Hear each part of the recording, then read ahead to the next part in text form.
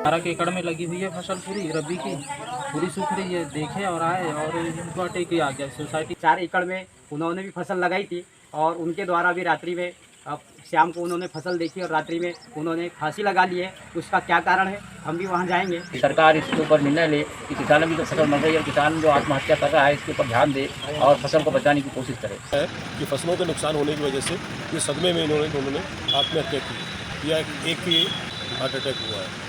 तनाव में आए 4 किसानों की हुई मौत। कर्ज होने और फसल सूखकर बर्बाद होने से सदमे में थे किसान। समनापुर इलाके के आमगांव का मामला। खेत में बर्बाद होती फसल देखकर अटैक आने से हुई किसान की मौत। सिंचाई के अभाव में सूख रही रबी धान की फसल से सदमे में आए किसानों की मौत होने का गंभीर मामला सामने आया है। बात करें किसानों की मौत का तो यह मामला आमगांव से सामने आया, जहां कर्ज लेकर रबी धान की फसल लगाने वाले 2 किसानों की मौत हो गई, जिसमें खेत में बर्बाद फसल देखकर आए किसान की हृदय गति रुकने से और एक युवा किसान के द्वारा तनाव में आकर फांसी लगाकर आत्महत्या करने की बात कही जा रही है। पिछले 2 दिनों में 4 किसानों की मौत होने का मामला भी उजागर हुआ है। जानकारी अनुसार जेठूलाल मस्करे ने सोसाइटी और अन्य जगह से कर्ज लेकर लगभग 12 एकड़ के अपने खेत में रबी धान की फसल लगाई थी, जो सिंचाई के अभाव में खेत की फसल सूखने और बर्बाद होने के चलते पिछले कुछ दिनों से बेहद ही तनाव में था और 28 अप्रैल को रोजाना की तरह खेत से घूमकर आने के बाद उन्हें सीने में दर्द उठा और इलाज के लिए ले जाते समय उनकी दर्दनाक मौत हो गई। वहीं खेती से उम्मीद टूटने के बाद आमगांव के निवासी एक और आदिवासी किसान श्रीराम पिता रामकिशन उइके ने तनाव में आकर फांसी लगाकर आत्महत्या करने की बात कही गई है। यही नहीं, समनापुर इलाके में पिछले 2 दिनों के भीतर 4 किसानों की मौत होने की बात कही जा रही है। इस मामले में ग्रामीणों और मृतक के परिजनों ने बताया कि कर्ज होने और खेत में सिंचाई के अभाव में सूखकर बर्बाद होती रबी धान की फसल की वजह से तनाव में आने से किसान की मौत हो रही है और ऐसे बहुत से किसान हैं जो कर्ज और फसल बर्बाद होने से किसान सदमे में हैं, यहाँ तक कि बेहद तनाव में आकर अपना आपा खोते जा रहे हैं। द्वारा ये पता चला कि जेठूलाल मस्करे जी, जो कि 12 एकड़ के किसान हैं, वो अपनी फसल को देखते हुए आघात हुए। आज उनके नाती ने ही बताया कि सवेरे दादाजी जो है फसल देखने के लिए खेत गए हुए थे। खेत देखने के लिए गए हुए थे, अचानक उनके मन में ही ऐसा विचार आया होगा, ऐसा लगता है कि मेरी 12 एकड़ जो फसल है वो सूख रही है। और क्योंकि उनके नाती द्वारा ही पता चला है कि 80,000 रुपये का कर्ज उन्होंने सोसाइटी के माध्यम से लिया हुआ है, जो कि शायद बहुत बड़ा कर्ज है। इस वजह से दादाजी को विचार आ गया होगा और उनको अचानक अटैक आ गया। मैं शासन प्रशासन से ये मांग करूंगा कि किसानों को उचित मुआवजा दिया जाए और बेचारे जो भी किसान हैं, यहाँ पे हमारे एरिया में प्राय सभी की फसल सूख रही है।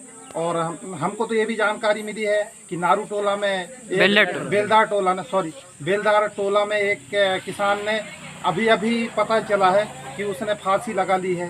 तो ऐसी अनदेखी ना करे शासन प्रशासन से। जो मृतक हुए हैं वो आपके कौन लगते हैं? ये हमारे दादाजी है, मैं इनका नाती हूँ।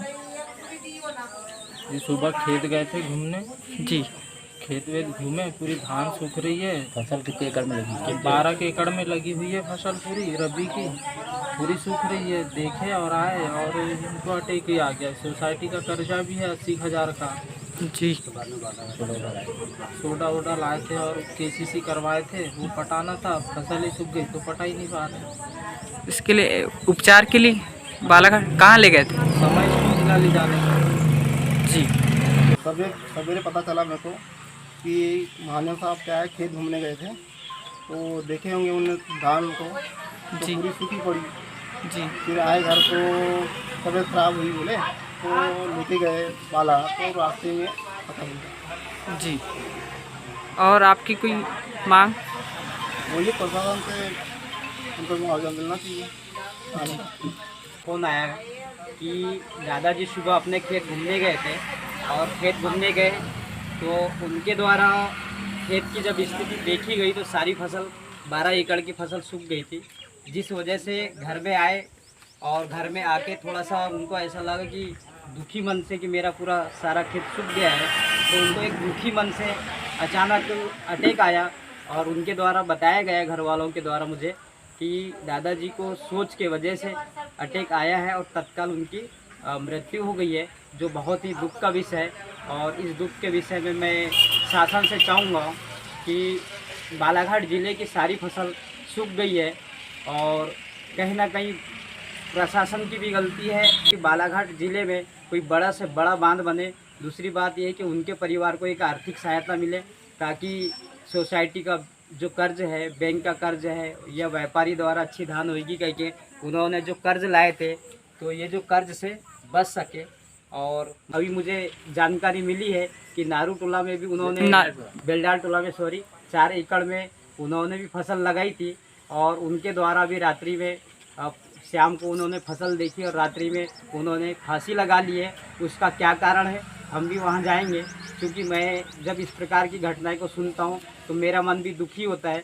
जब दुखी होता है तो आदमी कहीं ना कहीं आँखों में नम आँखों से आदमी ये अपनी सरकार से चाहूँगा कि भविष्य में कभी भी किसी भी चीज़ को रब्बी लगाने से पहले पानी की व्यवस्था कर ले, ये सब व्यवस्था करे। और जितने भी बालाघाट ज़िले के सारे किसानों की जिसकी भी यदि फसल सूखी है तो उसे तत्काल सर्वे करवा कर यहाँ के किसानों को मुआवजा दिया जाए। मैं शासन से यह मांग करता हूँ। हमारे गांव में श्री स्वर्गीय जेठूलाल जी महाजन जो है उनने 10-12 एकड़ में खेती किए थे और 10-12 एकड़ की लागत उनको सोसाइटी से करीब उन्हें खोदा और पैसे लिए थे, तो 70-80 हज़ार का कर्जा है। इस वजह से वो आज सुबह खेत घूमने गए और खेत में जब देखे कि हमारी फसल बुरी तरह से नष्ट हो रही है, पता नहीं इस कारण महाजन साहब को सोच आ गया और अचानक अटैक आ गया और अटैक की वजह से स्वर्गवास हो गए हैं। तो मैं चाहूँगा कि सरकार इसके ऊपर निर्णय ले कि किसानों की जो फसल मर रही है, किसान जो आत्महत्या कर रहा है, इसके ऊपर ध्यान दे और फसल को बचाने की कोशिश करे।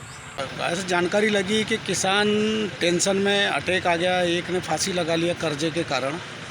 क्या जानकारी है अभी आपको उस बारे में? ये खबर अभी कुछ समय पहले मेरे पास आई है।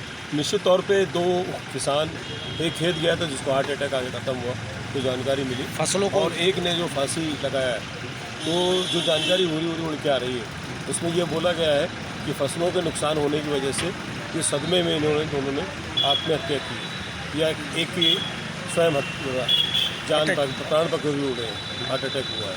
मैं समझता हूँ कि मैं प्रथम दृष्टिकोण में जब तक मैं मौके पर जाऊँगा नहीं तब मैं उचित वक्तव्य दे नहीं सकता।